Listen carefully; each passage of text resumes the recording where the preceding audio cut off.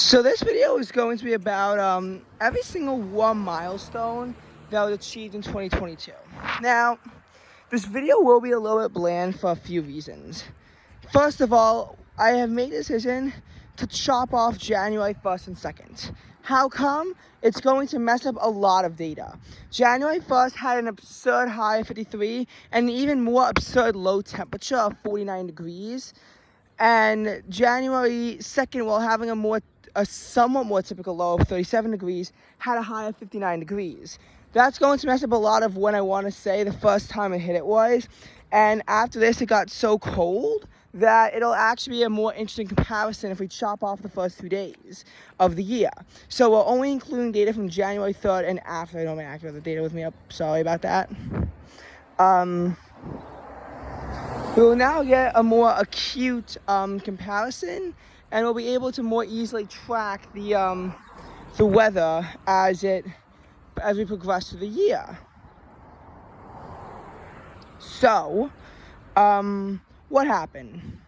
Well, the first time that we had a low temperature, so the first temperature milestone on the warm side, I want to say, was our first day in the 40s. With a low of 26 and a high of 47, this happened on January 5th. It was a day full of cold rain, as in rain in the 30s and 40s, of course, which led to a 2-day temperature crash after that, including accumulating snow on January 7th. The next day would also have a high in the 40s, but it wouldn't be as warm with a high of 41. But the low of 35 made this day January 6th be the first day with a low temperature above freezing.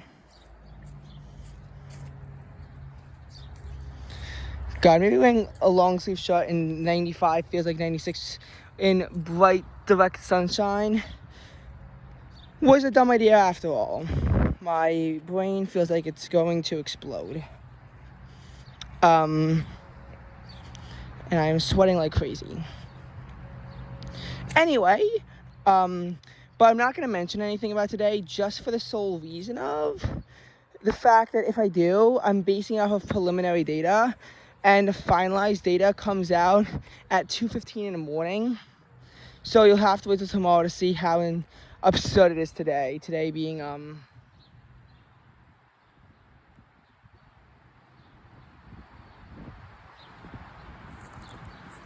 my date thing is not working.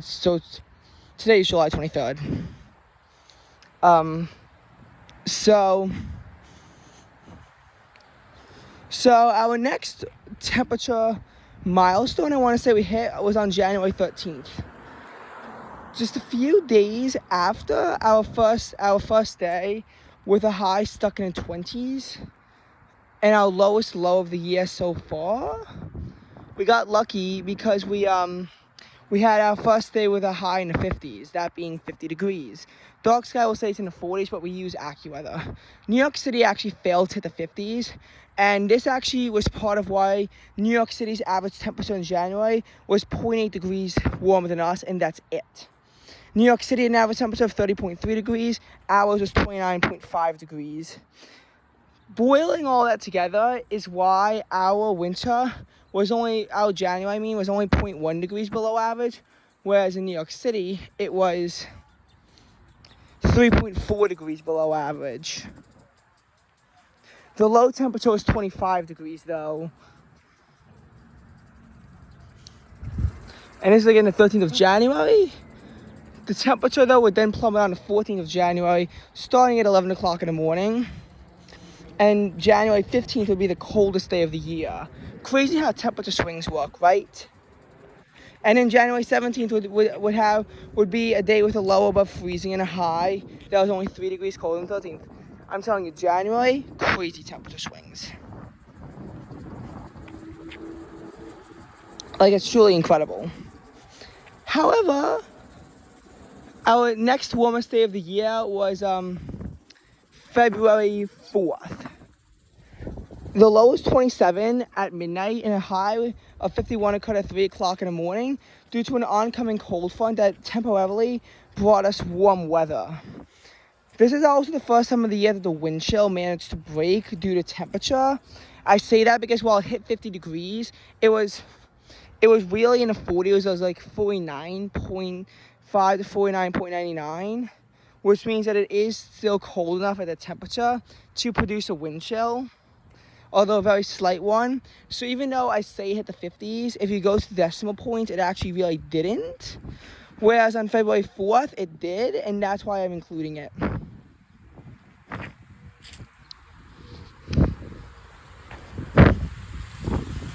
Then we have February 10th, which is the first day it hit the mid-50s. And we actually have 3 days in a row in the 50s or warmer, which is another impressive temperature milestone. We're tracking the warm records of 2022 only and how the heat progressed throughout the year.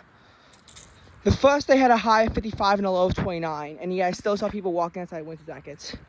Well, by the time I left school, it was 54 degrees at that point, and I took advantage of this by taking an hour-long walk in 2 long-sleeve layers, though, because it was still winter, and that's why people were wearing winter jackets in the mid-50s, and also complaining about how warm it was, in a way. But it was also nice, and people had to take their jackets off. But the low was 29. The next day had a high of 55 and a low of 30, and the day after that had a high of 61 and a low of 42. Which means February 12th is the warmest day of the year, even factoring out January 2nd. Even factoring in January 2nd, the reason why I excluded the low was because this is the warmest low of the year, factoring out January 1st. And factoring out that date was our warmest low, and also our first low in the 40s or more. There was a temperature crash, but the temperature at the next midnight was still 44 degrees, which would mark the high the next day as accumulating snow fell and temperatures crumbled back down to 26 degrees, making this day only slightly above normal. The day after that, February 14th, would be the last day with a high stuck in the 20s, and this would be yet another crazy temperature swing that 2022 would experience. And yes, I am wearing shorts, just so that you knew that I wasn't being too crazy.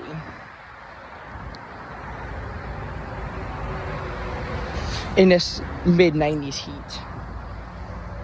So, tracking the warmth even further, what's our next impressive temperature? Well, our next warmest low would occur on February 17th before a cold front, as the temperature at the coldest part of the day is 44 degrees, which is the high the day after, as the warmth continued. The afternoon high hit 56 degrees, and for the first time of the year, actually January 1st, the second is an exception, there was no wind chill effect to be felt at the end of the day into the beginning of the next day.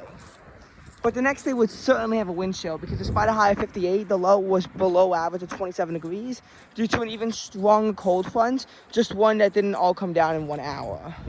However, temperatures did rebound into the low 40s the next day, unlike the other day where the temperatures failed to even get out of the 20s. The day after that is what I would call the first of the 5 near miss days, as in days where with highs of 36 or lower, near miss is in the temperatures nearly failed to get above freezing, of which most prolific near miss was actually the last one, March 28th, where it got the closest to failing to leave freezing.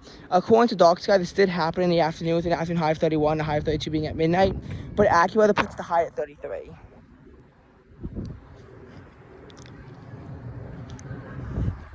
So as you can imagine, really nothing in late March will be covered, and the last couple of days of March will be covered.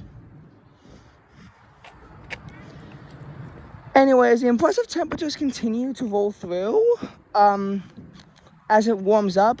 We have 3 more days with highs in the 50s, but of which I'm only covering one of them. February 23rd, I was in Seattle, and it was freezing. Low of 22, high of 36. But back here, the high in Seattle was 1 degree below the low temperature here of 37, which is insane considering that in February, Seattle is typically warmer than the New York City suburbs. The high temperature then seared up to 69 degrees. The morning low is actually in the upper 40s. But it was raw because of a temperature front, of a cold front. This happened even more prolifically on January 2nd. If not for the front, the low would have been in the low 50s. The high of 69 degrees was one of the warmest temperatures ever recorded in February here, though this has happened in New York City a lot. Especially considering that when it hit 78 in the city in February 2018, it only hit 66 in the suburbs. Thankfully, I was in the city, into warmth that led up to 74 degrees before we hit the subway and headed back home. And believe me, it would not get anywhere near that warm in March, where here from March 2nd to March 28th, none of those days even managed to hit the 50s. Leading to a well below average March, and a March that was colder than the previous February, at least in the city. Not so sure about here.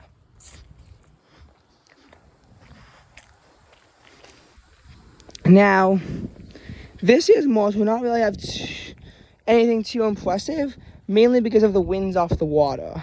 Winds off the water are known for depriving high temperatures here when it can happen in the city and in the western suburbs like Newark, but are known for them depriving them here. And the winds off the water constrained the high temperature to 62 degrees on March 7th, which would have been impressive had not for February 23rd's existence.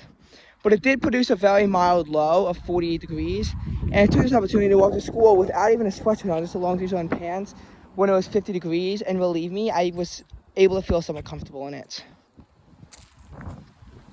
The next day would be a temperature crash, and March 9th would be the last day of accumulating snowfall.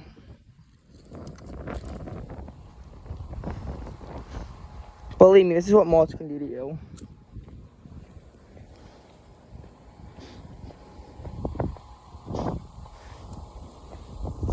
Also, the low and high temperature were only 3 hours apart, which is interesting. Because again, it tried to get warm, but the winds off the water immediately pushed us back into the 50s, where we kind of then just had to hold there. The dark sky, which has a low of 49 and a high of 60, shows a very weird temperature graph before the eventual crash comes in at about 1 o'clock-ish in the morning.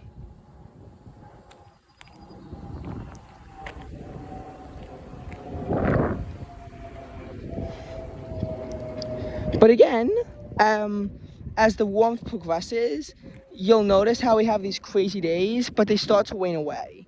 February's hottest day, though, would be warmer than any day in March. The highest high in March was March 18th, which while the temperature predictions were in the 70s, and dark sky puts the high at 69,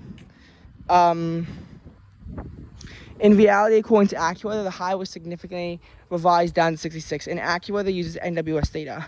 Perhaps in my house it got to 69 degrees, though, and the winds off the water, constrained it. New York City had a high of 74 on that day, so I'm kind of jealous. And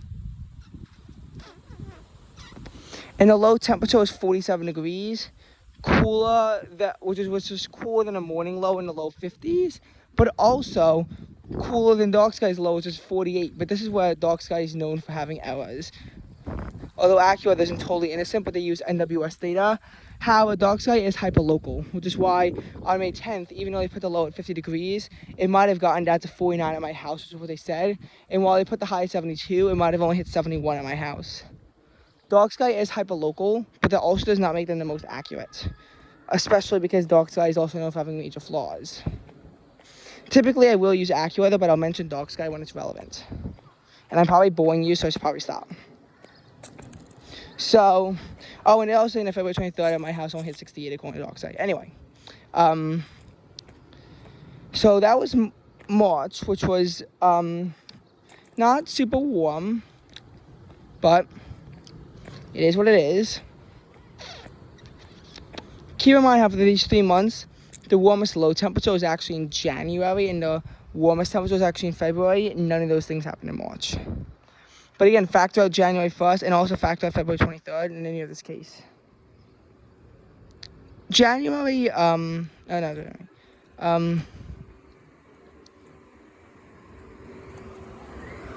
So as the warmth progresses, we get to April 8th. Having a low of 49 both in the morning and at close to midnight, this 49 degree reading made it where, first of all, some people took out their summer clothing for the first time this year. Some people waited until March 18th because the skies were more beautiful. It was a lot sunnier. I mean, I was wearing long sleeves and pants, and I went outside and it felt hot. After a very rainy day before with a low of 44 and a high of 54, and it didn't even get out into the 50s until like 8 o'clock at night when everyone was at home anyway. This is our reward. We actually had a nice, beautiful day. The high was 63 degrees. Now, while the high doesn't mean that much, the low, this was our warmest low of the year. And even factoring in January 1st, it's its high. But this would be broken, mind you, 4 days later, when we had our first low in the 50s on April 12th with a low of 50 and a high of 71. Apparently, people forgot to take out their warm clothing, mainly because it was warmer than expected. Which, believe me, they would not make that mistake ever again, mainly because after this, the next time a super warm day that I could at least track people because I had school was in May because we have an April break. And on April 14th, even though April 13th was a little bit cooler with a high of 68 and a low of 46, April 14th, mainly due to an oncoming cold front, which was actually a bit weird how it worked, would have a high of 73 and a low of 54. New York City got up to 79 degrees on this day.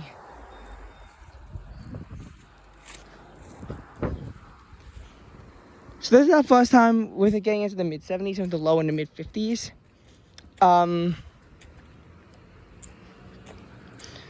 It would not get warmer than this for quite a while. And even though it's supposed to bring forth a cold front, and the low that morning did get to 46, sunny skies had the high at 67, and New York City the 70s every single day from April 12th to 16th. The 16th is where the true cold front came in because our low of 46 or so occurred at midnight, and the high was 64, but it was still 73 in the city. The city had a low of 44 because of the way that fronts have to move from west to east. And this led to a very chilly Easter with temperatures mainly stuck in the 40s and only struggling to poke their head into the 50s. Very different from the days before that. Oh, and because of the way the cold front worked, fun fact, March 27th did have a low in the 20s in New York City. So there was 4 nights, the last 4 nights in the 20s in New York City did happen in one shot, whereas here it was only 3 nights in the 20s because the first day was 30, though. It was still below freezing on all 4 nights in the last time it happened of the year. On April 22nd, we actually had our first UV of 8 and our only one for a while, which meant that despite having a morning low of 44, the high temperature did shoot up to 70 degrees on this day, April 22nd.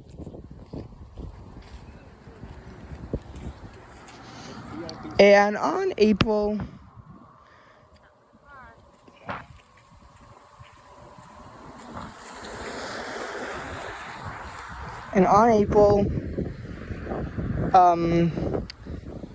and basically for the rest of April, it was no temperature because we said it was actually below average.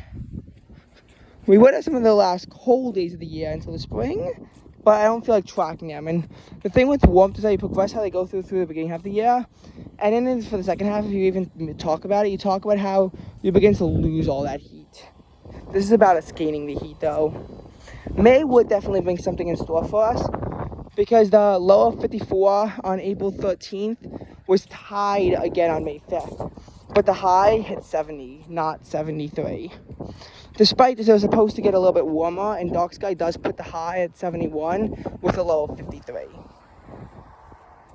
Which would be what I call a 2 to 2 day in Celsius, with a low of 12 and a high of 22. But Dark Sky puts the high as 21 if you use Celsius.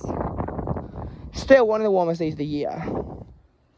And once we get past the next 4 chilly days, although May 9th wasn't really that chilly, just chilly in the morning with wind chills dipping into the 30s in the morning, you then not really have any cold opportunities.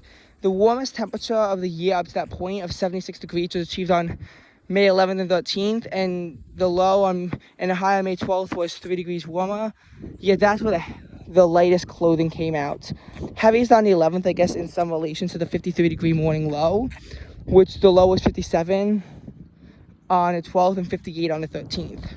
However, the temperature predictions were way off on pretty much every single day of the week, May 7th to 12th. Only the 13th did begin to get accurate.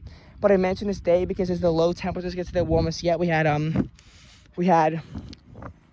57 and then 58 as the humidity builds. May 15th would continue this pattern with a high of 59, but cloudy conditions and rain would keep the high at 72. Dew points rose to the mid-60s for the second day in a row.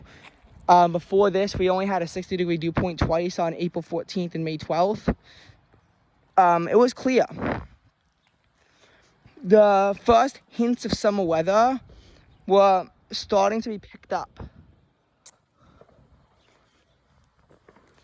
And with May 16th still getting up to 75 degrees, and with the low on May 15th, and with the low on May 16th being 59 degrees, with the UV index getting up to 8 again, it was clear. Summer was coming.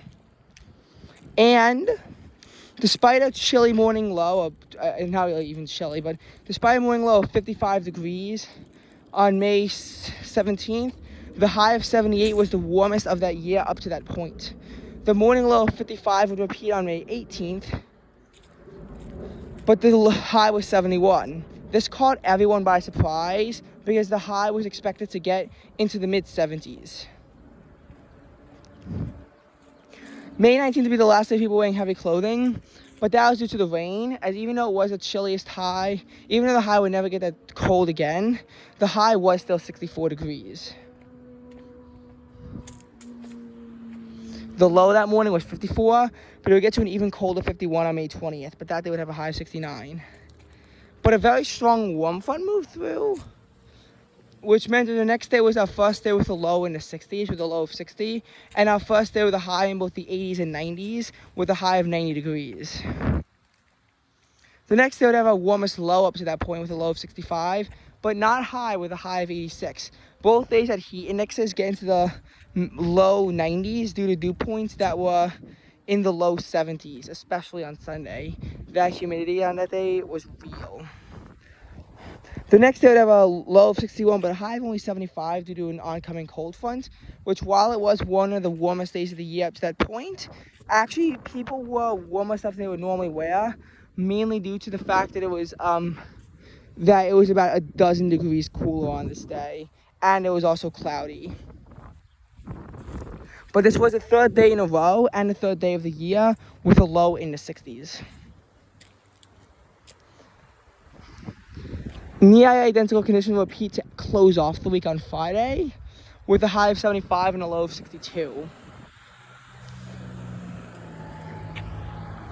May would only have, according to AccuWeather, it would only have 6 nights in the 40s. Dark Sky says 7 because while AccuWeather puts 8 because while Dark Sky puts the low at 50 degrees on May 4th and 10th, the AccuWeather puts them at 50. Dark Sky puts both days at 49.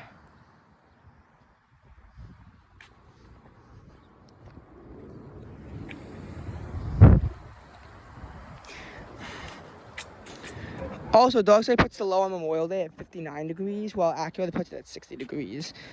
The high is also in dispute, with AccuWeather putting it at 83 and AccuWeather putting it at 82, and Dark Sky putting it at 83. Not that it matters too much. Memorial Day was hot, especially for having to wear a heavy uniform in it.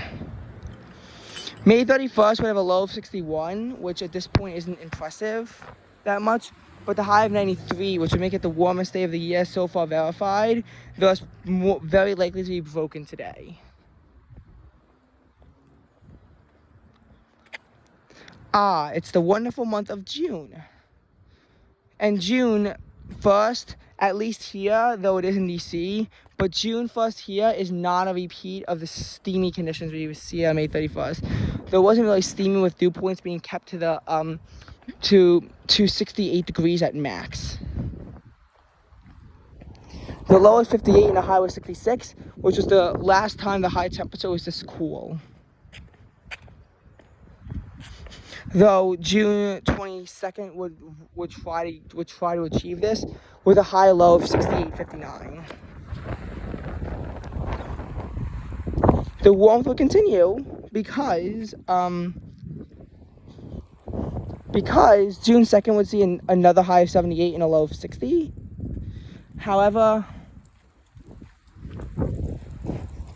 the next thing I want to say that we had a particularly warm day was when the low was 67 on June 8th, the warmest low of the year up to that point.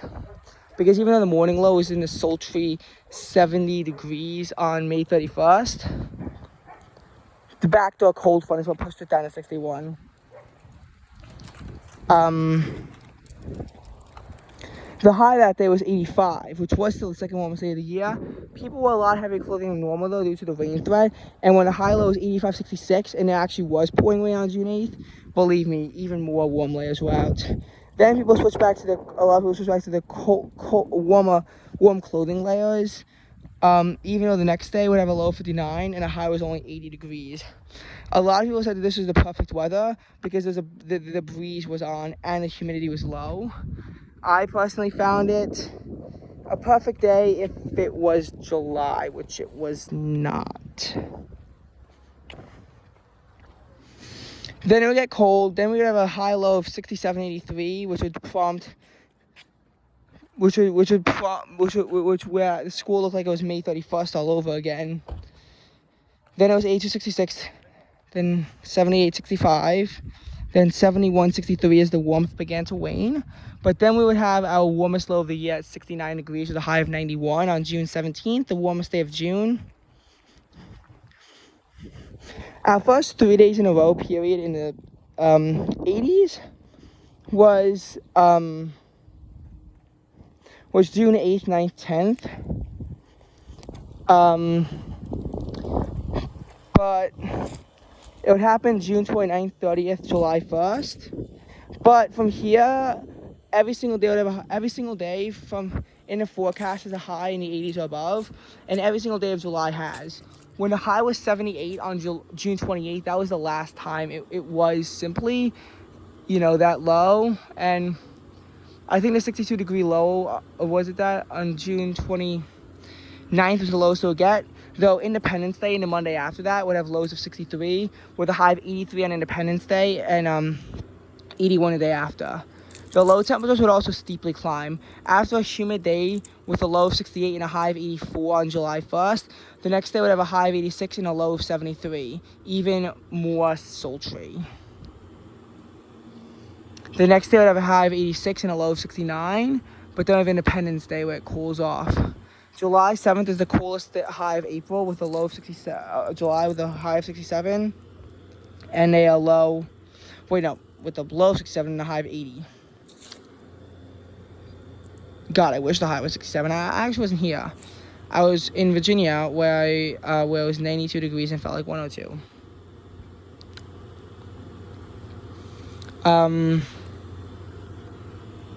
However, heat and humidity would be on a rise on July 12th, and that day in July 15th it got to the 60s for the last time. July 15th had a low of 69, and every single day past then has had a low in the 70s. July 18th, despite having a high of 81, had a low of 75. And it was steamingly humid. I heard storms are coming through. It dumped over 4 inches of rain. And this would prompt a heat wave where it would have a high of 92 and a low of 75, the warmest mean temperature of the year, which was 83.5 degrees.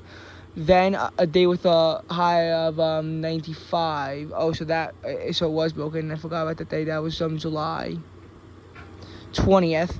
Thursday would be cooler with a high of 89 and a low of 72. And we're about to endure our first heat wave because tomorrow is almost certainly going to get into the 90s as well.